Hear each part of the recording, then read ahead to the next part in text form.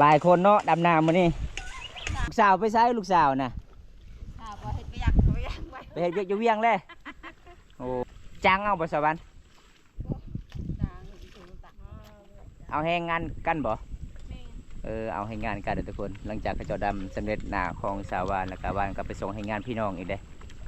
เพราะว่าน้องกับบุมีเงินมีคำสิได้จ้างเพราะว่าน้องเป็นลูกคำพาบุมีพ่อแม่พี่น้องแล้วก็อยู่นำนาบ่าวนาสาวปลาไหวขนาดสาวานเบิ่งทุกคนเพิ่นอยู่กลางผู้เดียวเลยได้เพิ่นเฮ็ด ผู้ใดเอาเพิ่นเป็นแฟนนี่วาสนาบุญเลยทุกคนเลย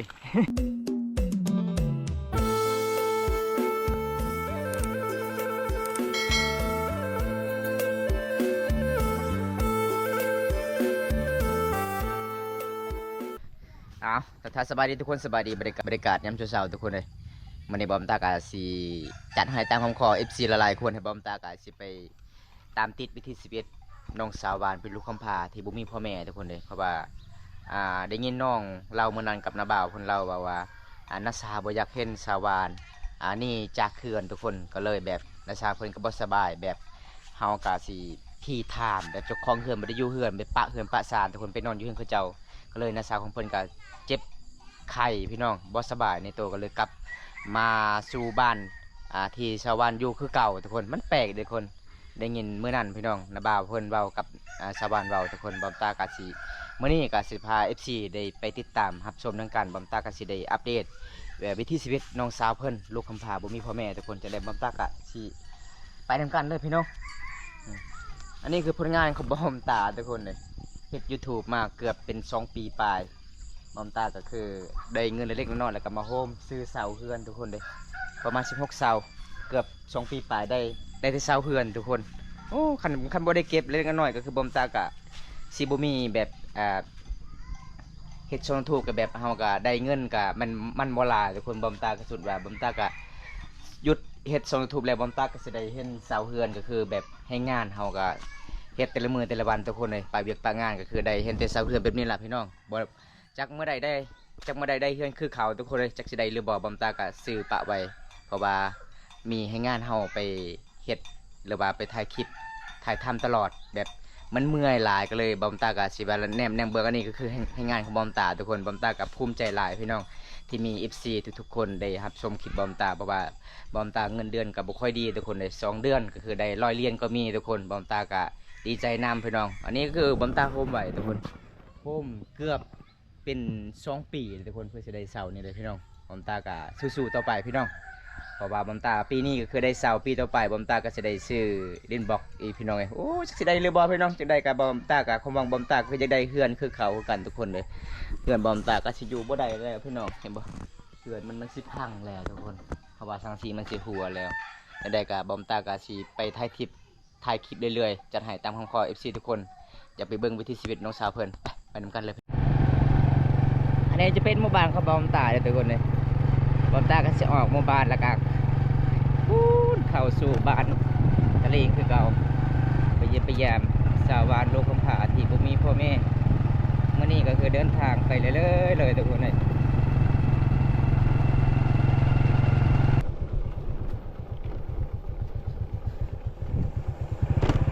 พี่น้องเอ้ยขี้ต้มโคตรหลายเลยเดินทางในนาพ้นก็คือแบบนี้แหละทุกคนเพราะว่าน้ำมันก็สีอ่างไว้ก็เลยมันจะเป็นขี้ต้มนะเลยมาบ้านนอกจากตัวเมืองคือแบบนี้แหละเดินทาง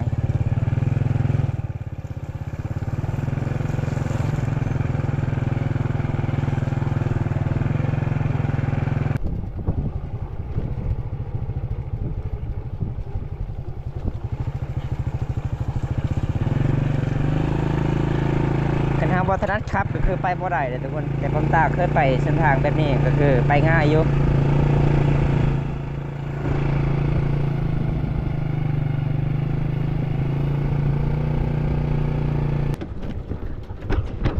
โอ้น้ำเซเลน่องโคตรคุณขนาดเลยทุกคนว่าเพิ่นตกเห็นบ่น้ำโคตรคุณเลยน้ำอันนี้ผมตากะระยะออกจากแต่บ้านบอมตากาสิฮอดเซเลนองเลยทุกคนเซเลนองสิข้ามไปบ้านแกงอะล่องอันนี้เอากะเส้นทางลัด การไปมาสะดวกสบายเรื่องน้ำเสือน้องคุ้นเลยทางนี้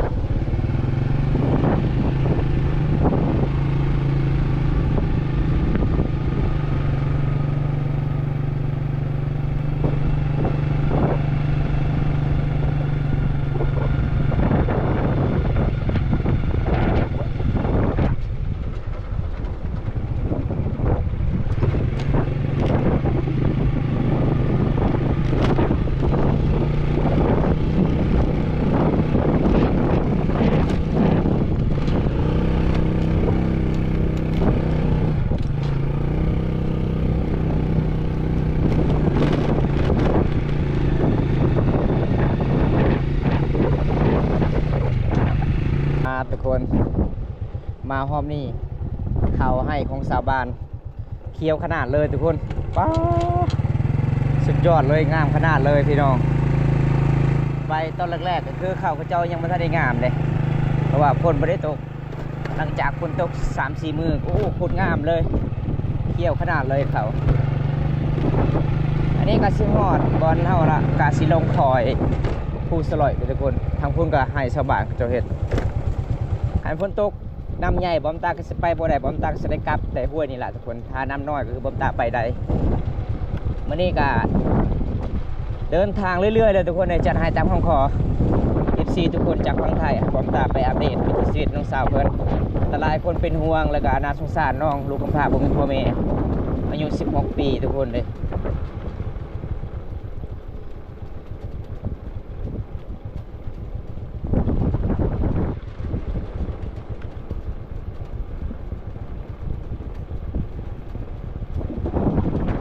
ฮอดเขตนี้กับหมู่บ้านที่บ่มีสัญญาณเลยทุกคนฮอดเขตนี้ทุกคนสัญญาณโทรศัพท์ก็บ่มีเลยเขตนี้เด้อ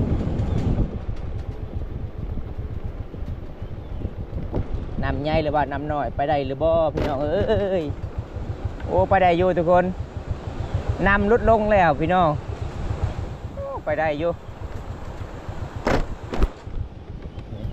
สุดก่อนบอมตาข้ามน้ำนี่แหละทุกคนโคตรอันตรายเลยเพราะว่าน้ำมาจากภูเขาใส่ขนาดเลยนะ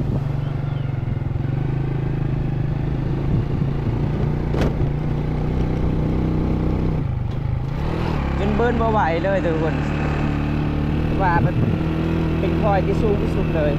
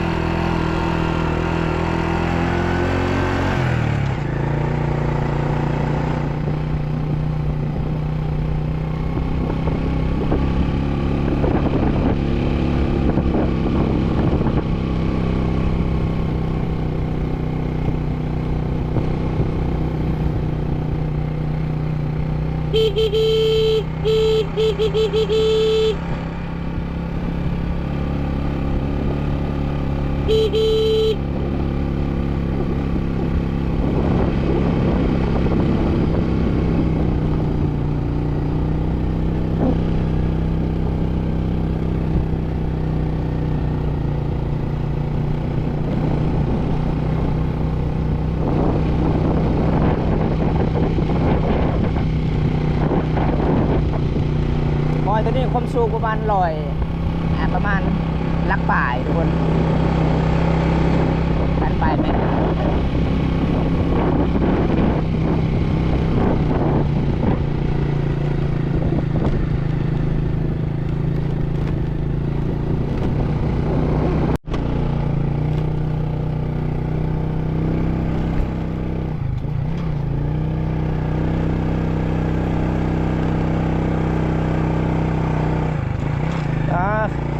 เดินไม่ไหวเลย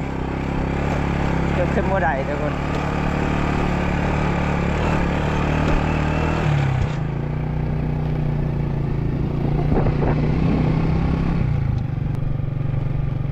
มาเชื่อมาบางข้าเจ้ากับเห็นโหลดพี่น้องข้าเจ้าทางเหตุช่วงข้าเจ้าต้องออมหัวไปพร้อมเลยอันนี้คือสาบานข้าเจ้ากับกำลังสิไปเลี้ยงงัวปล่อยงัวพอเวลาประมาณ10 โมงทุกคน10 โมงตอนเช้าเพราะว่าเป็นหมู่บ้านที่ดำรงชีวิตเป็นเดิมหมู่บ้านนอกจากตัวเมืองมันก็บอกโคตรหลายเลยงัวกำลังกินทุกคน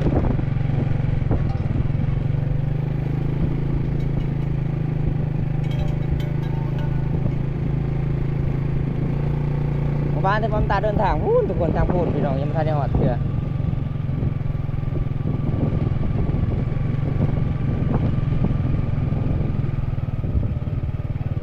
อันนี้เป็นชาวบ้านวงพี่น้องหมู่บ้านเส้นทางนี้ขึ้นจะเป็น3 หมู่บ้านทุกคนเลยเส้นทางนี้พี่น้อง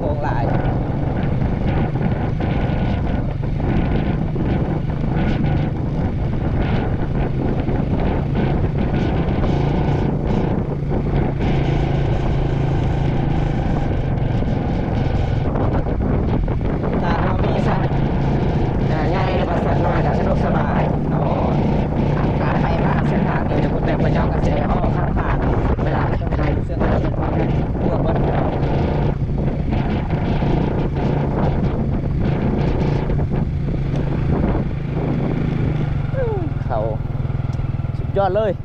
มีแต่ไฮสบานประตูคนทางคุณเลยสุดยอด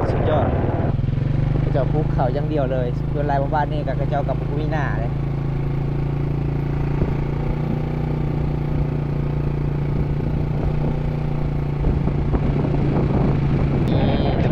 นี่กับปอมตากับสิได้ฮอนหมู่บ้านสะพึ่งแล้วทุกคนเลยหมู่บ้านที่มีเรือนหลังคาแต่ละหลังคาเรือนกันใหญ่เลยทุกคนเป็นหมู่บ้านที่บุมีสัญญาณโทรศัพท์เองหมู่บ้านนี้ก็สิได้ฮอนหมู่บ้านทะเลเป็นหมู่บ้านสุดในตัวเมืองนองเฮาเลยทุกคนวิวธรรมศาสตร์ไม่ได้ภูเขาล้วนๆในเขตหมู่บ้านนี้เดี๋ยวบอมตาก็สิได้ออกเส้นทางเข้าบ้านตาลิงอันนี้คือกลางหมู่บ้านสะบึกเลยทุกคนต้องเข้าทางพูนทุกคนอันนี้คือเส้นทางออกไปบ้านตาลิงก็คือเส้นทางนี้ดิพี่น้อง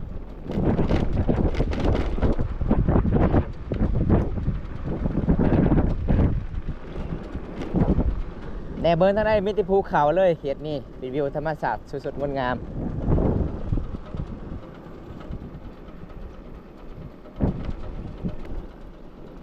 ยังเอกประมาณ5 ลักก็จะได้ฮอดหมู่บ้านน้องเลยทุกคน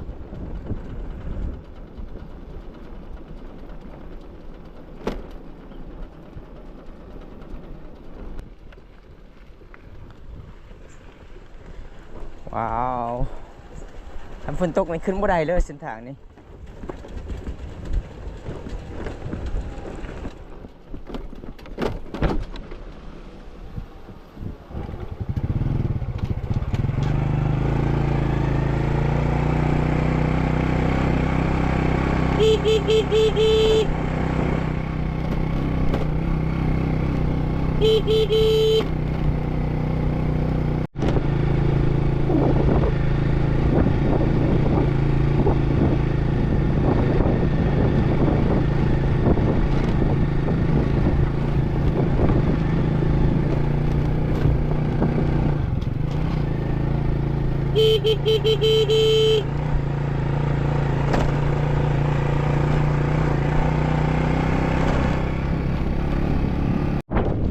ยังอีก2 ลักกลัวก็สิได้ฮอดเลยนะวันนี้ก็สิได้พ่อน้องแล้วบ่แม่บอกตากันติดต่อน้องบ่ได้เป็นหมู่บ้านที่มีสัญญาณบางทีก็น้องออกหน้าหลายทุกคนเพราะว่าน้องเฮ็ดดำนา2 คนเพราะว่าน้าสาวเพิ่นตัวสบาย ยวภาษาเพิ่นเขียนเองสาวว่าคนเลยภาษาเพิ่นก็อาจสิบ่ได้สบายรายวันแล้วนี่ก็บอกแต่ก็สิได้ตักเตือนให้ช่วยชาวบ้านเขาเจ้าลงหาทุกเลยก็สิได้พ่อน้องเลยบอกว่านี่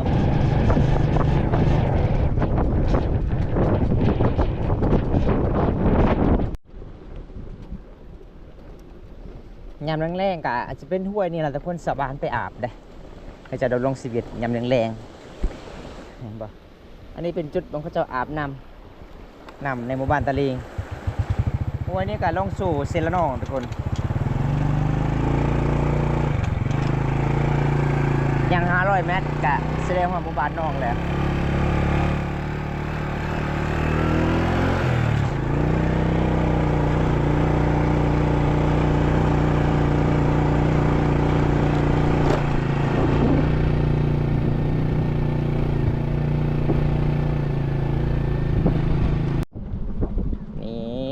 หมู่บ้านน้องแล้วทุกคนเลย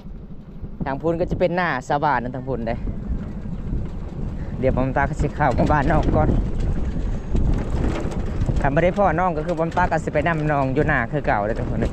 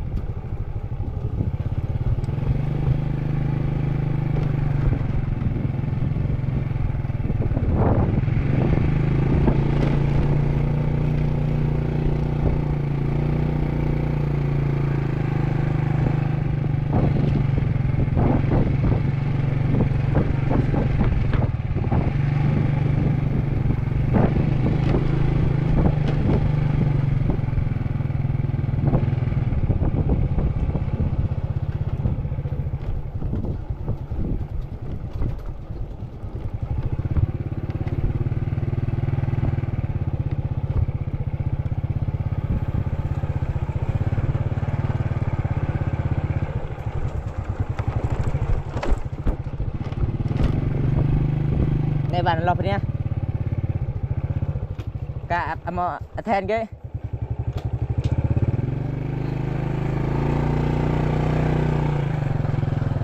อันนี้คือน้องพงสาวนั่นทุกคนพงสาวฝ่ายเดี๋ยวผมตาก็จะไปนำน้องเลย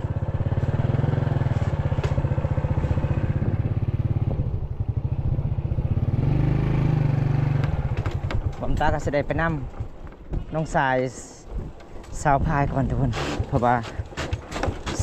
สาวบ้านกับสาวพายเพื่อนก็จะได้ออกหน้าแล้วทุกคนเลย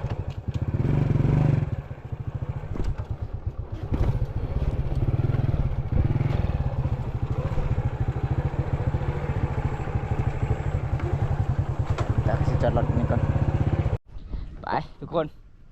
ตอนนี้ก็คือผมตากระเดชพ่อน้องสายสาวฝ่ายเพื่อนบอกว่าสาวฝ่ายกับสาวบ้านออกดำหน้า2 คนแล้วทุกคนเดี๋ยวผมตากะสีพา FC ก็ไปตามที่วิถีชีวิตน้องอเดมที่ชีวิตน้องมื้อนี้คือผมตากะสิได้ไปนำน้องสายเพื่อน2 คนดูนี่ส่วนแรกเขาเจ้าก็สิดำหน้าเลยเป็นหมู่บ้านตามตีนภูเขาหรือว่าภูเขาในเมืองเท่าไหร่ไม่ที่ภูเขาเลยหมู่บ้านนี่ทุกคนเห็นบ่ยังบ่ทันเขาเจ้าลำยังบ่ทันแล้วเขาเจ้าดำนามีได้นาหมดเฮ็ดหน้าได้เพียงจุดนี้ทุกคนเพราะว่าทางตีนภูเขากับสุดท้ายเขาเจ้าก็สิได้เฮ็ดให้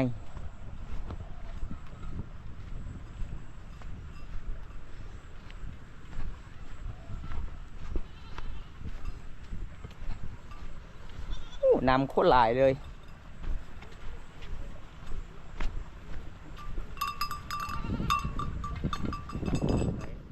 บ้านแบกอ่ะ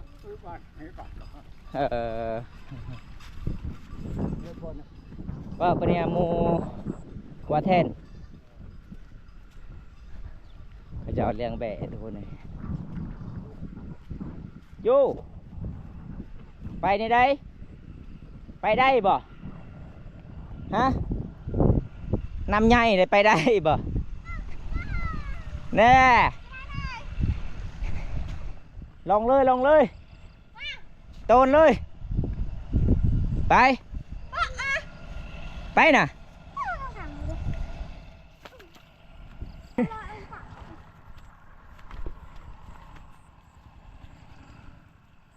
เอาทุกคนเดี๋ยวผมตักสิไปเส้นทางนี้ก่อนเพราะว่าไปทางใดไม่ได้นำอย่างเดียวเข้ากาก็โคตรขี้ลายเลยบินี่คือเข้ากาเลยหักกระบาลกะใหม่ๆ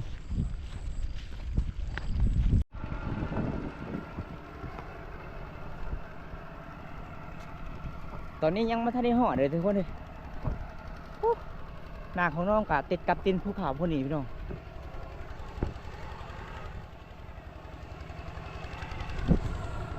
ตอนนี้บอมตากะสีได้ออกจากหมู่บ้านกับประมาณลักหนึ่งแล้วทุกคนประมาณลักหนึ่งแล้วยังอีกประมาณ800 เมตรกะสิได้ฮอดหน้าน้องแล้วหรือว่าลักหนึ่งแล้วทุกคนประมาณ2 หลักแต่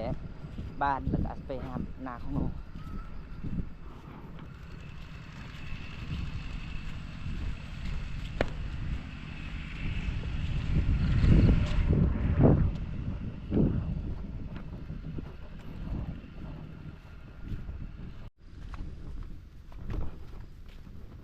ตอนนี้เราก็จะได้ข้ามสะพานก่อนนะทุกคน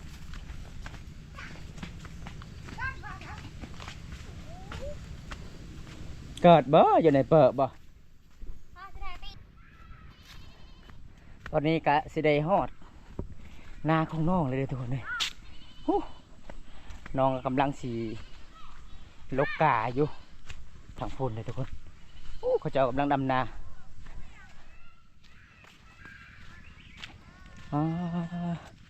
อันนี้หน้าของน้องเลยทุกคนเห็นบ่หน้าของน้องก็ประมาณ1 เลยทุกคนเดี๋ยวผมตากสิพะFCไปรับชมวิถีชีวิตน้องโอ้เบิ่งทุกคนมันก็สิแล้วอย่าได้พี่น้องเขาเจ้าดำหน้าเด้อ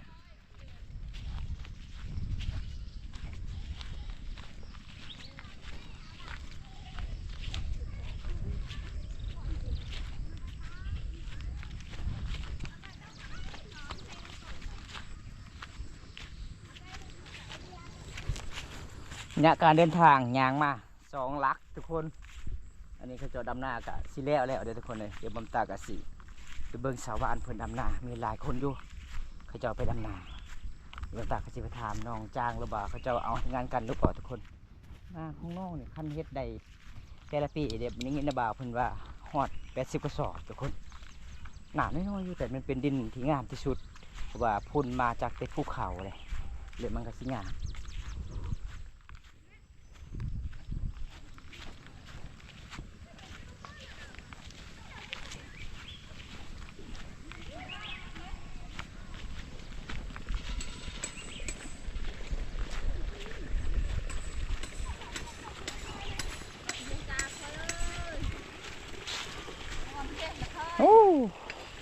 หลายคนเนาะดำน้ำมานี่ผู้สาวก็หลายเด้ผู้สาวมาเมื่อนี้ทุกคนเลย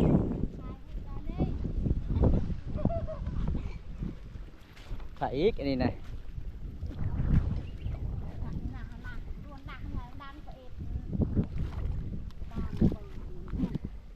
ยังไม่เท่าฮะลูกสาวไปใช้ลูกสาวนะไปเห็ดเวียกอยู่เวียงเลยโอ้อันนี้คือเมทัลเด้อทุกคนเลย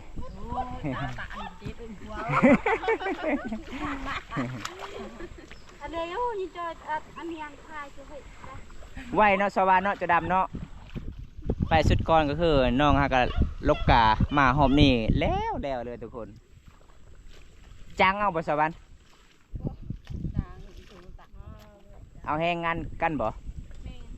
เอาให้งานกันทุกคนหลังจากเขาเจ้าดำสำเร็จหน้าของสาวานแล้วก็วานก็ไปส่งให้งานพี่น้องอีกเด้เพราะว่าน้องกับบุมีเงินมีคำสิได้จ้างเพราะว่าน้องเป็นลูกคำผ่าบุมีพ่อแม่พี่น้องแล้วก็อยู่นำนาบ่าวนาสาว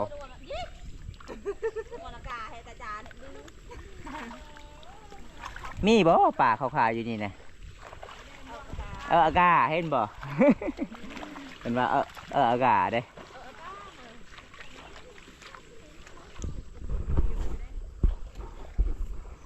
อันนี้คือวิถีชีวิตชาวบ้านนะทุกคนเพราะว่ามี FC หลายๆคนให้บอมตาไปอัปเดตมื้อนี้บอมตาก็สิจัดให้ตามคำขอเลย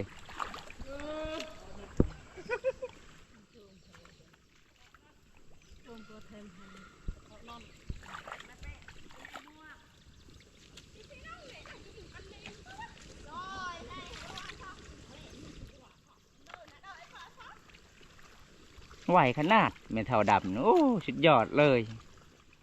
ได้เลยต่อเอ็ดชุกนะเอ็ดด้วยนั่งจะเละกันนับอะไรตาเนโมตาเนี่ยมิลจุตินั่งกันในไทยก็เกลอะมองไงผ่า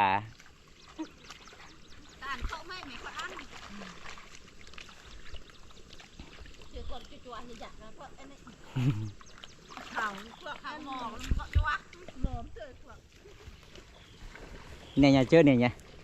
nhua dạ nhua xem để lại vô thì phần này xem bụi cả riêng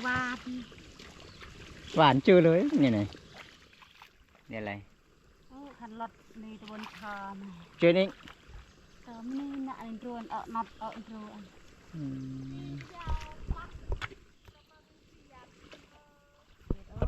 sao luộc ที่ตาน่ะ đã theo oi luộc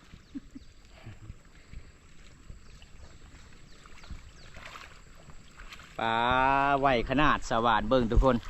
ผลอยู่กลางผู้เดียวเลยได้ผลเห็ด พอได้เอาเพิ่นเป็นแฟนนี่วัสนาบุญเลยทุกคนเลย เพิ่นบ่ได้ฝ่ายกับกระตาบ่ได้ฝ่ายกับยั่งเลยเพิ่นจับแต่เป็นมัดบัดเดียวเลยทุกคน